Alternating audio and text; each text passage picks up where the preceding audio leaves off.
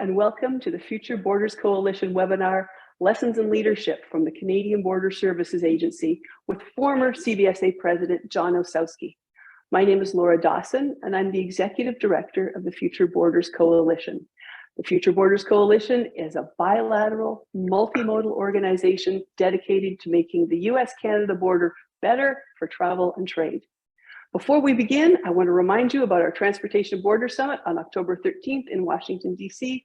Registration is free, but space is limited, so check out our website for more information, and that's www.futureborderscoalition.org. Now, I'd like to welcome our special guest today, John Ossowski. John is a retired federal deputy minister whose most recent federal post was the president of the Canadian Border Services Agency, a position he held since December 2016. Prior to this appointment, John was Deputy Commissioner of the Canada Revenue Agency.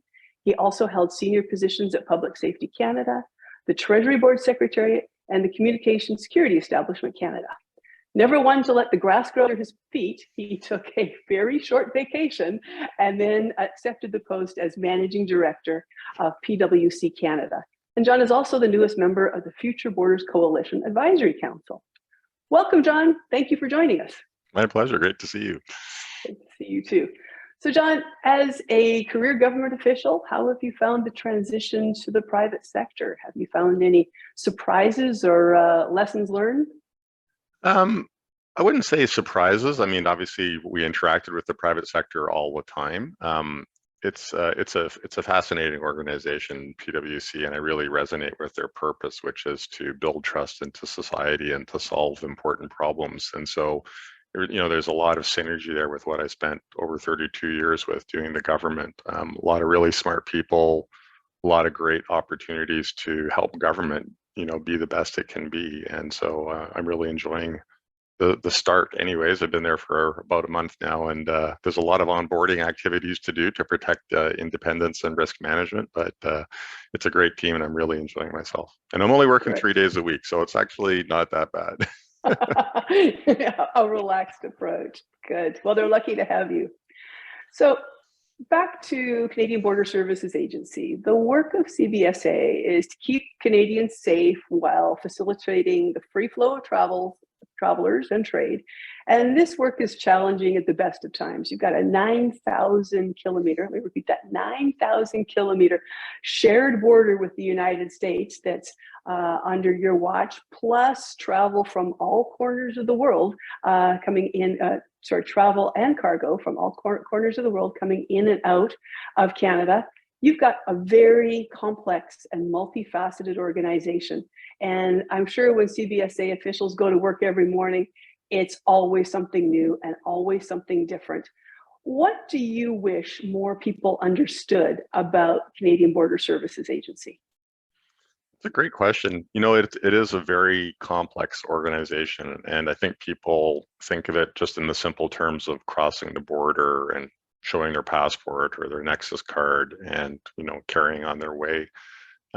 And, you know, you pointed out that dynamic of there is the service side of it, which is huge. And not just on the traveler side, but on the trade side, but the enforcement side as well. And it's, you know, I think sometimes if people could remember when they're a little frustrated because they're standing in line, is that we're stopping guns coming in, we're stopping fentanyl precursors from coming in, we're stopping human smuggling, we're stopping people with fraudulent documents. It's a integrated border service agency doing a lot of work for other departments, and it's something where I often would say that when you read the newspaper every day, maybe except for yesterday because of the Queen's funeral, we're on the front page somehow every single day. There's some link to the border. And it just speaks to the sheer complexity of the job. And I think that was just highlighted in terms of, you know, the restart that we've seen this spring since we got over the Omicron wave. It's not 2019 anymore, and there's an adjustment period here that air industry and air transport sector partners, as well as trade partners, are all sort of adjusting to sort of a new reality. And CBSA is part of that adjustment process, but just remember that as much as we want to help you get across the border as quickly and easily as possible, because we don't want to waste people's time. I still say we because I'm still kind of there, I guess. Emotionally, I'm still there. But you know, the enforcement side is important. Yeah. Um, yeah, I was born in Sault Ste. Marie, Ontario, and I've lived a lot of my life in border communities. But when you think about the extent of Canadian travel and trade with the United States, with the rest of the world, everyone in Canada lives in a border community. And I think the work of CBSA is much more front and center for Canadians than perhaps folks in other countries where the external is not quite so much of a focus. You were CBSA president from 2016 to 2022, and I'm sure when you were signing on for the job, you had no idea that a global pandemic was going to be coming down the line to make things more interesting and challenging for you. What are some of the CBSA achievements that took place under your watch that you are most proud of? It's funny because like so much happened, and obviously you're right, it was a bit of a surprise to be dealing with the pandemic. And those types of things, those, black swan events, if you will, I guess is something that you think you're ready for, but it was really quite profound. It was a real honor just to be part of the agency for the last 5 years and to lead the team. I would say the part that I'm most proud of, I mean, there's a million things that went on, but the part I'm most proud of is the work that we started to do on unpacking the culture of the organization. And I think that the reason I say that is I think that, first of all, every organization I've been involved in needs to take a good look at their culture.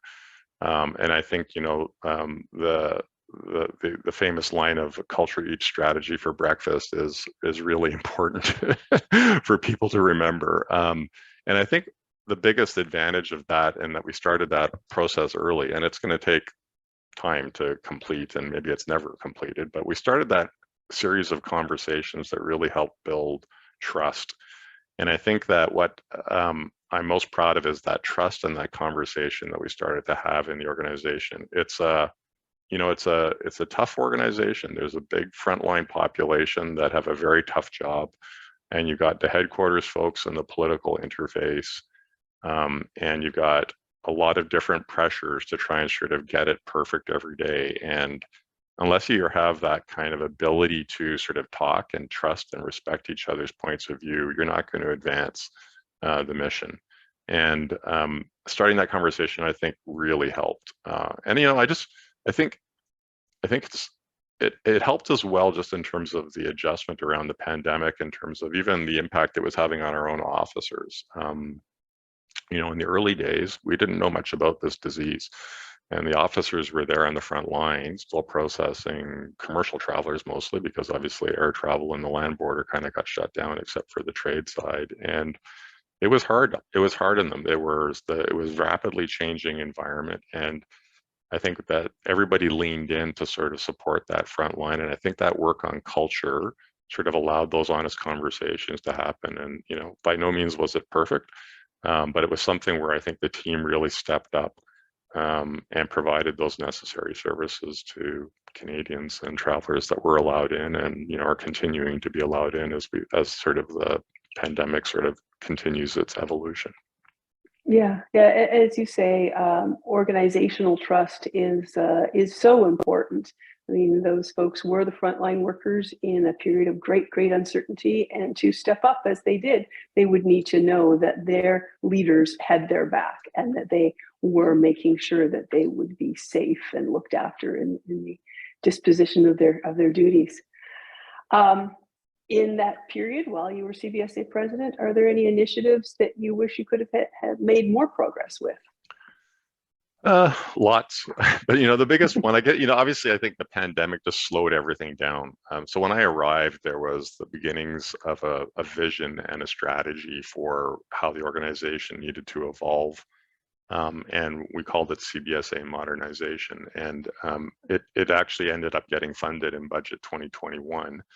And the team is working hard to get the necessary approvals to bring that into effect. But it would have been great to sort of advance that even further than it had been, because I think that if we'd had that sort of intervening period to sort of position for the reopening of the border, and sort of how we could have managed it a little bit more effectively than the old processes and manual processes, I think it would have put us in a better position. But that said, it started it, and I'm pretty excited about some of the things that are already in place. So for example, if you fly into Vancouver or Toronto now on the ArriveCAN app, you can do your declaration, your customs declaration on the application, and it dramatically speeds up the processing time. There's e-gates coming in at the airports to speed things up for Nexus travelers. The secure corridor that we've got down in Windsor is being expanded out. And so things were happening, but I'm a slightly competitive guy. And so I wanted things to be, more advanced, but obviously we were sidetracked because we're dealing with a pandemic. So that's the one thing. I wouldn't say it's a regret. I think it was just a frustration and lining it all up. I think that all of us felt that way because there's a solid plan, and I'm very happy that the budget announced the funding for it. And as I say, as these approvals come into place and some of these things start to roll out over the next few years, I think people are going to be really happy and surprised with how much better the border will be running, especially for the traveler, but trade as well. There's lots of good things happening on that side too. Good, good. I won't ask you to give away any surprises or secrets right now, but let's back up to you mentioned coping with the pandemic. You mentioned the trust of your organization was really important.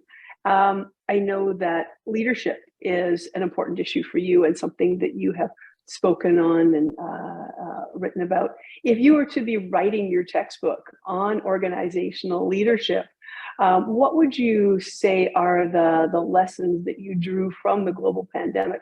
And I'm thinking in particular how quickly you all mobilized to keep that border open for essential travel and trade. But any other kind of broader lessons learned on organizational leadership that you came away from that experience with?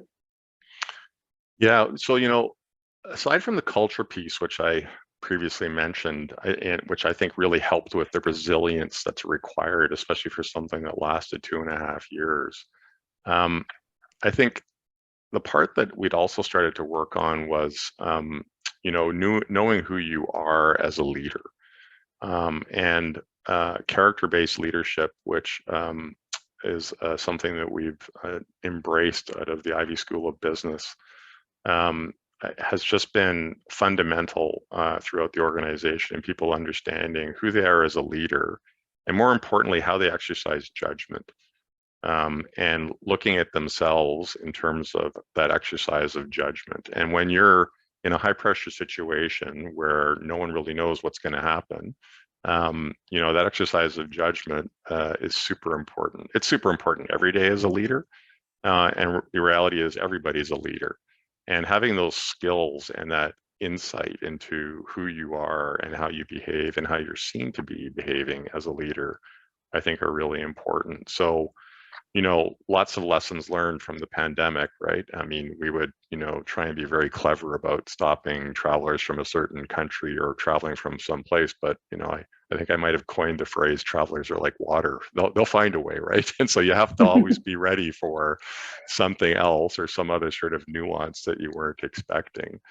And having those conversations and the trust, as I referred to earlier, to sort of deal with some of the changes that happened. I mean, look at e-commerce, it just exploded, right? So while we were able to reallocate our officers from the front line on the traveler side to help with the commerce side, it was completely unprecedented. And again, having that ability with people that deeply know the business and having a great team in place and those trusted relationships, I think that really helped us respond. Great, thank you. So organizations like CBSA and also the U.S. Customs and Border Protection, they have, we're all in the we now, so many responsibilities to deal with law enforcement and security and protection. And so we perceive them to be gatekeepers. But if you're trying to move quickly from point A to point B as a traveler, if you're trying to move cargo, sometimes we also perceive them maybe as a bit of an impediment to get things to their final destinations.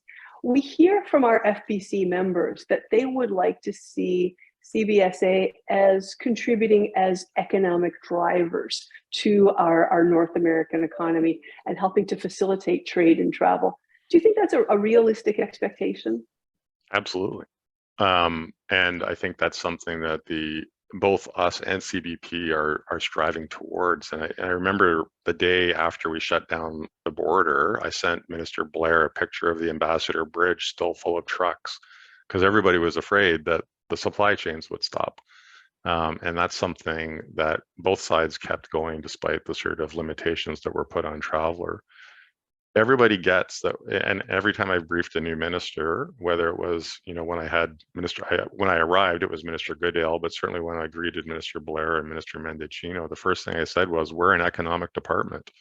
We contribute deeply to the economy in terms of that efficiency. And we all saw when the truckers convoy thing happened, how fragile that was. And even though the border has an inherent resiliency in terms of you might have been able to go to another port of entry, time is everything. And especially in Southern Ontario, where you've got a just-in-time manufacturing sector, particularly the auto sector, we were deeply aware of the need to sort of the timeliness factor, if you will, in terms of the border.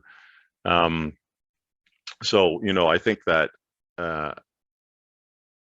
even just from the tax side, we bring in 32 billion a year in duties and taxes as well. So it's just not quite what I was used to dealing with. That's a slow week at CRA, but still, it's it's an important economic instrument, and everybody, I think, really understands the importance of the border now that they probably didn't appreciate before.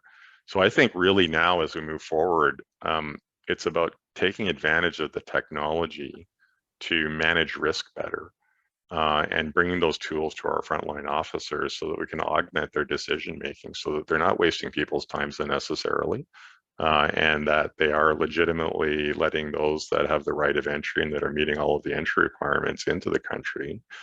But for those where there is some suspicion, either because our data suggests there's something or just something that happens on arrival, they still have to do that work. And when you look at the data in terms of the enforcement, whether it's guns or drugs or whatever else, stuff is happening all the time, and that's an important challenge for both Canada and the United States. And so, to your point about this long, non-militarized border, I think that us working together with our American colleagues to continue to sort of look for those efficiencies is really where the secret sauce is, and a lot of good work is happening for sure in that regard.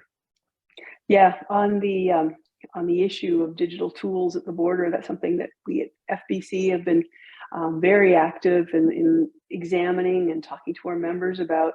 And as you say, there's an important role for digital technologies in helping to find needles in haystacks more effectively. But we also have to do a better job of educating people, building public trust, making sure they understand that how these technologies work, and giving them some alternatives if they're not able to use the digital options available.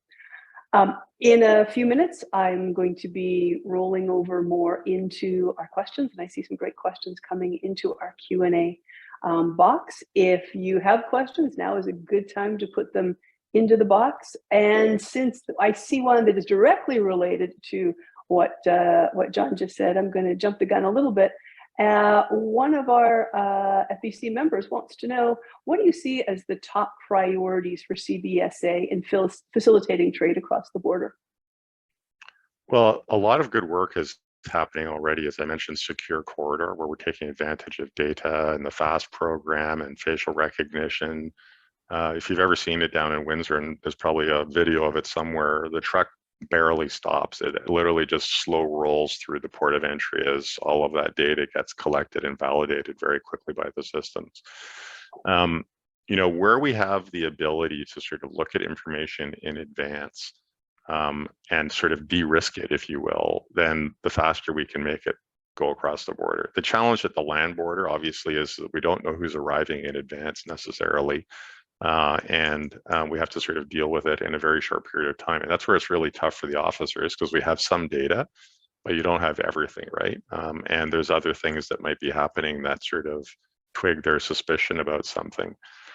But I mean, what we're actually really looking to do on the trade side is we're not looking for the needle in the haystack. We're actually looking for the hay. And that's the beauty of the strategy that we put into place in terms of, if we have the data, give something more to the officer to augment their decision making, and get that compliant traveler or trade person across the border as quickly as possible. And then what's left is where the officers can focus their attention. That's the needle we want to expose to them, and then really get that much more refined. As I say, most officers know that most travelers and most trade coming across the border are fully compliant. And there are things with the technologies that we can use now, the data analytics, AI, getting more information in advance that will speed up those processes. And there's a great number of initiatives that are in play that will continue to do that. Great. I'm going to push that a little bit farther, because we have a question from some of our motor coach members, and they note that there are a lot of great processes in place to process goods and tourists that arrive by air. What can the motor coach industry do to help develop a pre-clearance process for visitors arriving by motor coach and bus, which is a different kind of challenge for border facilitation? Absolutely. And, I think that this is where something that we could probably think about more on how the future of Arrive can. And maybe I'll just segue into that for a second, Sure. because that was a really important opportunity to show some skills that the agency had in terms of very quickly, excuse me for that phone ring, but the idea here was that in the early days of the pandemic, the public health agency was trying to collect contact tracing information, and they were being overwhelmed with paper given to them by folks as they came across the border. And so they turned to us and say, hey, can you help with this app? The app evolved many different ways, and actually it's really kind of an interesting technology and a hint of what might be in the future in terms of using a digital interface well in advance before you get to the border, so that information can be pre-populated, as opposed for a motor coach just showing up and there's 30 people on board, all with passports, and nobody knows who's who or anything, right? Now, we've done little things in advance, like officers would have handheld devices. They could get onto the bus and they could sort of validate things in the bus as opposed to unloading everybody. But I think we have to keep pushing some of these digital applications. Maybe it's not ArriveCan, maybe it's something else, or more tailored to the motor coach industry, where we get the data in advance, because that's how we can sort of use our systems to expedite the passage. So happy, I'm sure the CBSA would be happy to work with the motor coach industry to look at sort of tailored solutions, because it is unique. Everybody understands that. And certainly you see it every weekend when it's football season, people going down to watch an NFL game in Buffalo, right? Lots of people going back and forth. And we prepare for that by putting more officers on staff. But if you actually have the data in advance, that speeds things up. Yeah. Yep. I'm going to pull back a little bit to some of the longer range questions.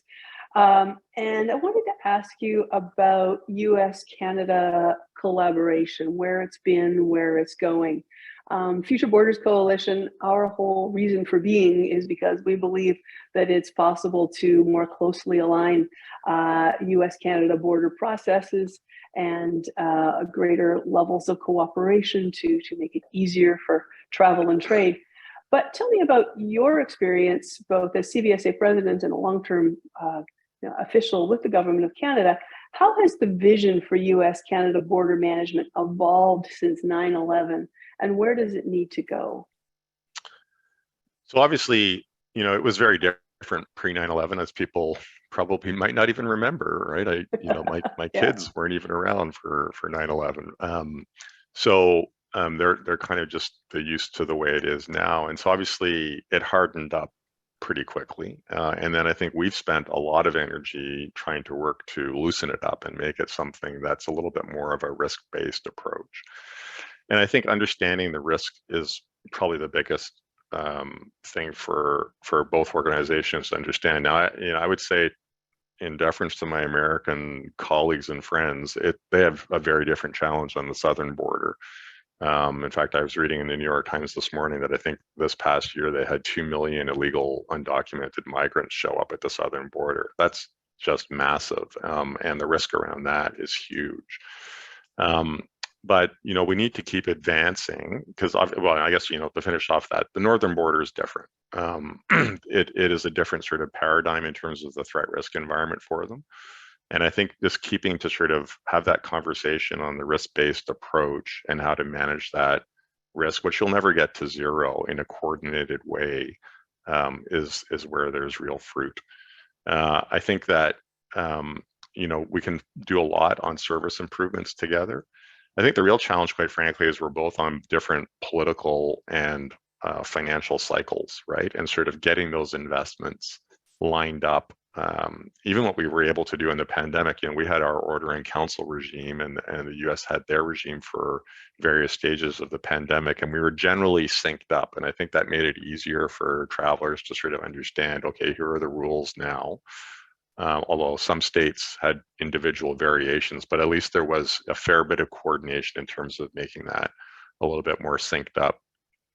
But I think that as the volumes start to grow back, and trade volumes are kind of exactly where they're at before the pandemic, but as the traveler volumes start to sort of go back up, I think there's real opportunities to sort of deepen that coordination, especially on the digital side of things. There's some pretty innovative things that are happening in the USA. There's some pretty innovative approaches around the world that I think we can all learn from very quickly and adapt. And these are all off-the-shelf technologies, quite frankly, but it's about putting them in the right way. And that's what the traveler modernization piece at CBSA is really about. Again, though, the biggest traveler that we're going to see, most of the people that are coming into the country are from the United States every day, whether it's Canadian citizens returning or folks who are already in the United States. And that's where I think there is that continued work to do with each other. Yeah. How can we work better with the US? I mean, given the very real challenges that they have in bandwidth and attention span with the southern border issue, given that trade with the United States is very, very important to Canadians, and it's important to Americans, but not in the same proportions. How can Canadians work better with the US on shared border management? It's something, I think it comes back down to trusted relationships. So we've got a great friend and partner in the US, CBP, and the other organizations that we deal with in the United States. And I think that that approach on risk management, that dialogue on that is where it needs to continue to drive towards. And I'll be very clear. I don't know that anyone's risk profile right now sees even in the top 5 things that some terrorist is going to come into the country from some other country. The biggest risk, the biggest national security risk to both of our country is homegrown. And that's where everyone's efforts are. And if you accept that, then you have to sort of look at the other sort of risk management things that you can do together in a more coordinated way. And they do share lots of information with each other. There's a lot of intelligence that's shared with each other, but getting it on the ground and applied and doing it in a sort of a very coordinated way is something that's still evolving. But I have a lot of confidence in the friendship and trust and relationships that we have with our US colleagues. And I know that that's where they want to go to, because quite frankly, it's just the more efficient way of doing things. Sorry, now you can hear my dogs. I think call out the dogs. Something from Amazon just came, I think.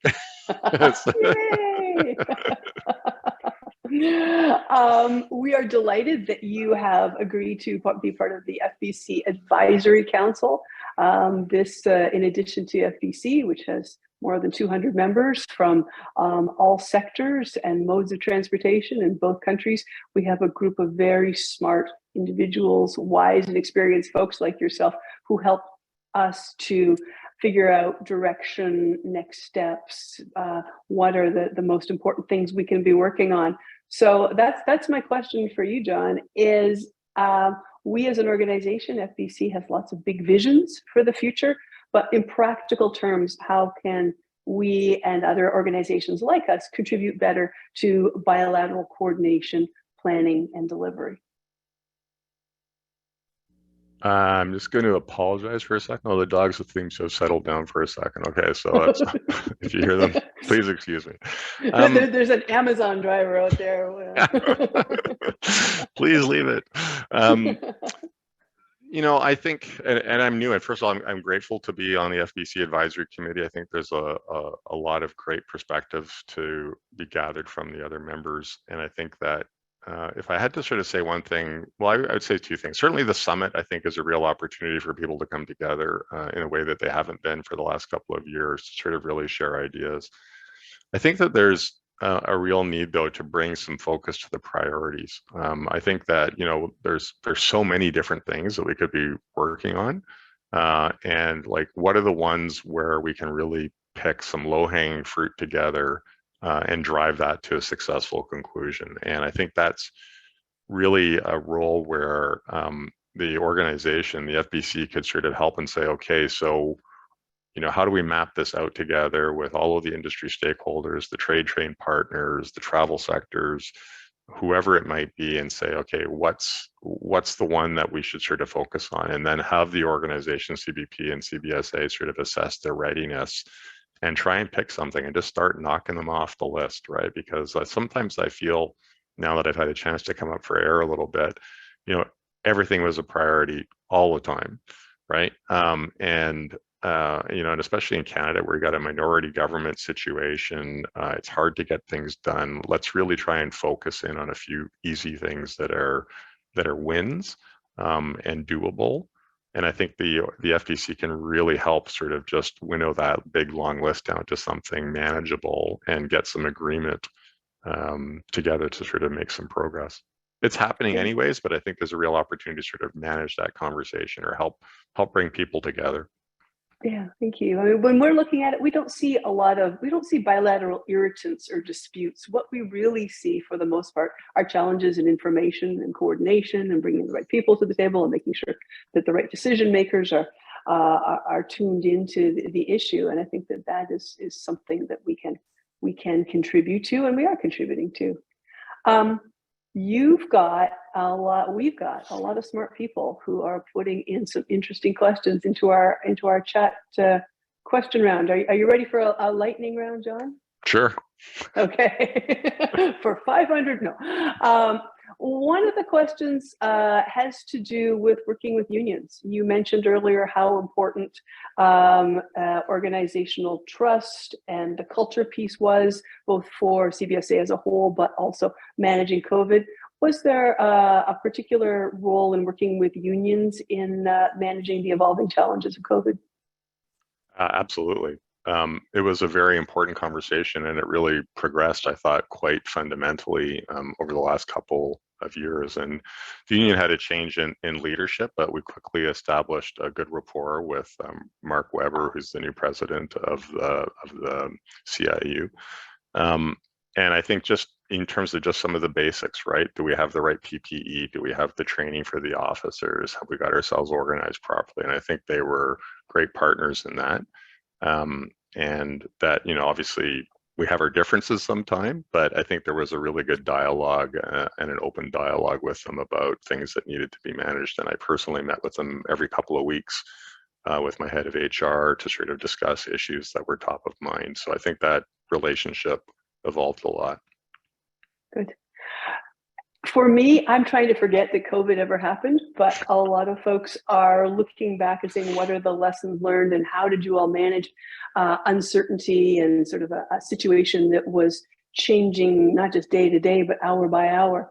One of our folks asks about a concern about truckers and shippers being themselves a vector for COVID, and whether there was any discussion of restricting the movements of the people themselves who were allowed to move across the border, like keeping them in the trucks while cargo was unloaded. Was that ever a consideration for you?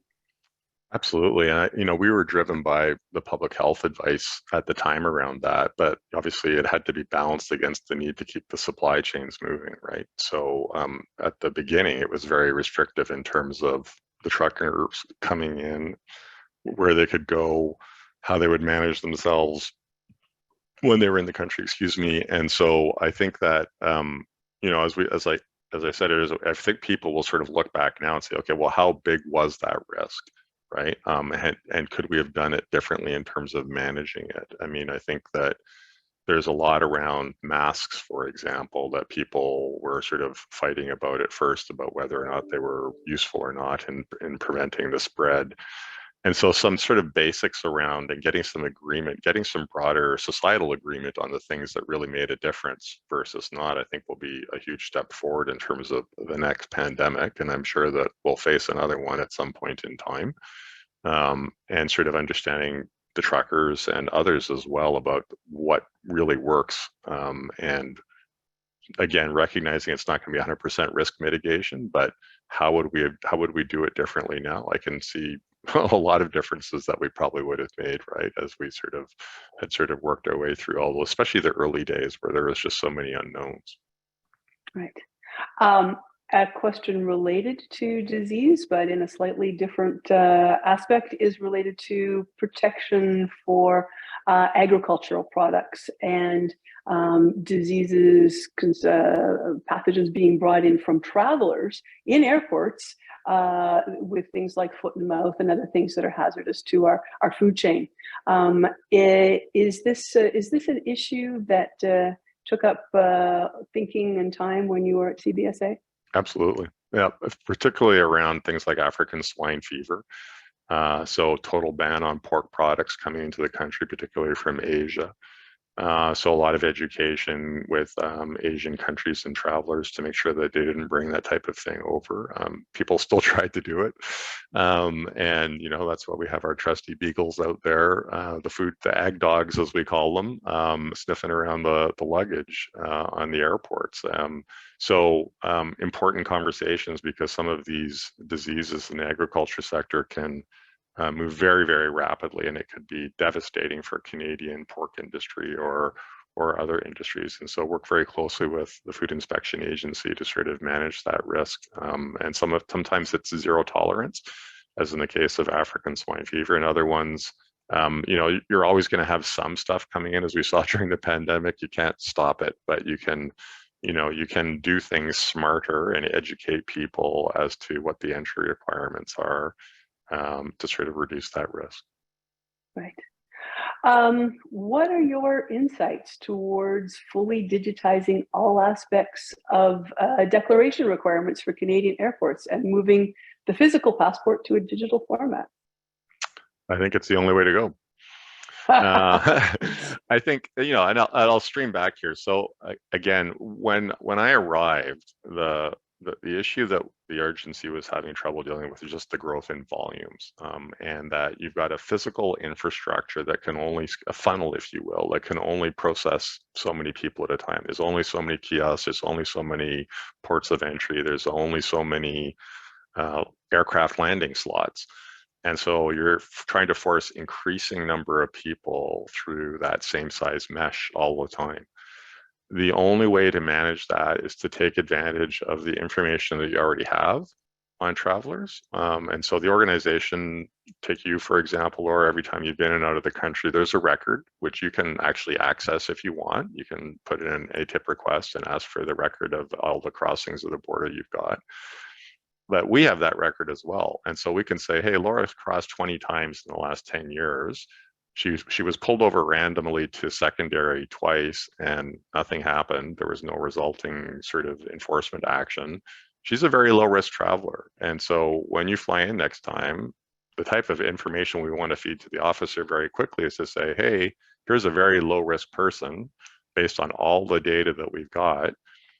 Unless something unforeseen happens, give them a lighter touch approach, right? And in fact, there's a scenario where there's no touch at all. So right now, the Customs Act says that you must report to an officer. And actually what it really should say is you must report to a customs controlled area, because in a perfect world, you'll just get off the airplane and grab your bag and walk away because we know who you are. We've got all the data in advance. And as I say, unless something presents itself on arrival, I don't want to waste your time. You don't want me to waste your time. Go have a nice day. And that's that risk management approach, and taking the power of the data that we've got to help manage those decisions that officers have to make very quickly. So, you know, it takes a lot of work to bring this all together, but that's the basics of where we need to go and where the world is moving, particularly with facial verification, which we've already started. Right now, when you come into the country using a pick machine, it's verifying that who is standing in front of the machine is the same person that's on the chip in the document.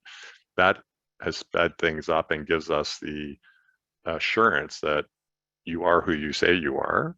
And then it's just left in terms of what other residual risks there might be in terms of, are you bringing in some pork sausages that you shouldn't be bringing? That's why we have the beagles.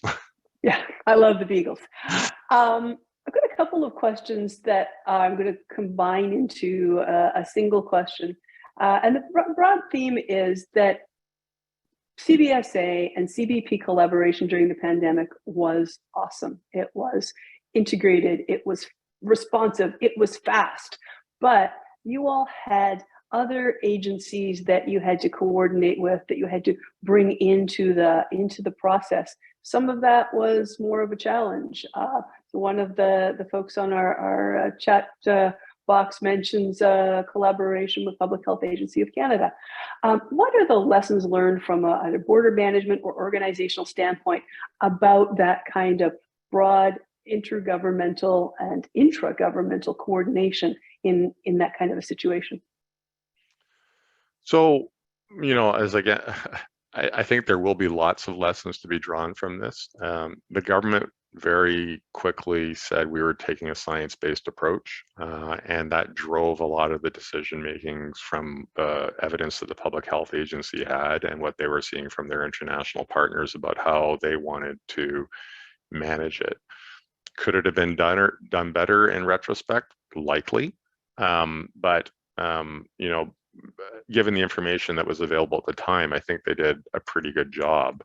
I think the challenge for the CBSA was we were takers on that to some degree. I mean, there were some ideas where we had some of these hotels, for example, that people that would go to, and it was, my team that pulled together the analysis that said, hey, some of these hotels that people would be forced to stay at, the quarantine hotels, are 800 kilometers away from the port of entry where they'd be coming into. So this isn't going to work. And that's why we switched it to, the highest volume ports of entry, right? And so there was a give and take in that conversation with the Public Health Agency because of just operational realities. And I think that that's something that I was very proud of in terms of the organization, that we brought those operational realities because of the deep expertise of my team in terms of understanding how the border really works to the policy discussion to say, okay, here's what's possible or not. It wasn't perfect, but it was pretty good. And I'm pretty proud of the way we managed all of that. The other thing was it was very short-term decision making, right? Some of these things were evolving very quickly, and that left the front line sort of, you just come to shift in the morning, there's a new shift bulletin saying, okay, so these people can come in now, but these people can't, right? Or whatever. And so it was very, very dynamic environment. So I think that we'll probably be a little bit more sophisticated the next times around, but I think that the agency did an incredible job working with our public health colleagues to sort of figure that out. Great, thank you. These agricultural guys, they always have the biggest challenges and the thorniest questions. Here's the last audience question I'm gonna ask. It's about I'm gonna ask it as, can a province launch a pre-clearance pilot initiative for agricultural goods? Can that happen at all? And if so, what kind of engagement needs to take place with the federal government, and how would hypothetically CBSA become involved in such a provincial agricultural pre-clearance pilot? So right now, pre-clearance is just done at the airports for those heading south into the United States, although the organization is looking at establishing some pre-clearance activities in the United States. So having CBSA down there, and so you can see that happening on the courier side in particular, but we've done some other work on looking at other opportunities. In terms of a province doing it, that's actually a very interesting question, because I don't know that they would be excluded from doing it, but I think they would have to understand that pre-clearance is actually done on a user pay basis. So they would have to agree to pay the Americans on either side. If the Americans were in Canada, for example, pre-clearing into the United States or back and forth into Canada, pay us to sort of do that, right? So it might be worthwhile, but I think that there's other approaches that are already in play with my colleagues in the commercial and trade branch at CBSA to sort of expand that. Agriculture products are, though, I mean, you got to remember there's a unique risk there. You might have things that are suddenly found to have listeria in them or other sort of disease vectors that need to be managed very, very quickly. So I think in sense there already is progress happening in terms of using that data once again from the commercial sector sort of to pre-clear these things as quickly as possible and get them across the border. So I don't know there'd be a huge advantage in setting up a pre-clearance agreement per se, but it's an interesting sort of hypothetical question to leave my ex-team to answer that one. Great, thank you. Maybe some of them are on. And I hope they're taking notes. And whether we call it pre-clearance or pre-inspection or trusted variations of trusted trader programs, that's an issue that FBC will continue to work away at in order to facilitate supply chains in between the US and Canada. Last question, John. So lots of people know about your distinguished career in the federal government, but not everybody knows that you are a championship rower who represented Canada in the 1988 Olympics in Seoul, South Korea. So, and when you go to Wikipedia, by the way, and you put your name in, that is actually the first thing that comes up. But as an Olympic rower, what did you learn that helped you to be president of the Canadian Border Services Agency? So every time a minister found out about that and asked me about it, I said, yes, Minister, I got very good at going backwards quickly, and it made me perfect for government work. But seriously, I think what it was really about was just that sense of team, right? And that if you've got a team that you have confidence in and that you trust each other, you can dream big and things happen. And that energy that comes from that, the sum of the parts is the whole is greater than the sum of the parts, I should say, really plays itself out, and it becomes easy and fun. And even though it's hard work, it's easy to sort of make those accomplishments. And so, yeah, that was the team. And I got to say, if any of them on, I miss you all. That was probably the hardest part about retiring. But I had a great team and we did a lot of great stuff together. Good. And I understand your wife has some special rowing abilities as well. Well, she was the coxswain, yeah. she's still steering me. Excellent. John, you shared a lot about leadership, a lot about border management and US-Canada relations, and I'm personally very grateful to have you as a part of the Future Border Coalition. Thank you. As we wrap up, there's a few housekeeping issues to look after. Again, if you're not registered for the Transportation Border Summit in Washington, D.C. on October 13th, what's holding you up? It's going to be the focal point for expert panels, for cabinet level speakers. We're going to be dealing with issues affecting border trade, travel, use of technology, public trust, effective supply chains. It is the place to be in October. And it's going to help Future Borders Coalition set its work plan for our task forces over the coming years.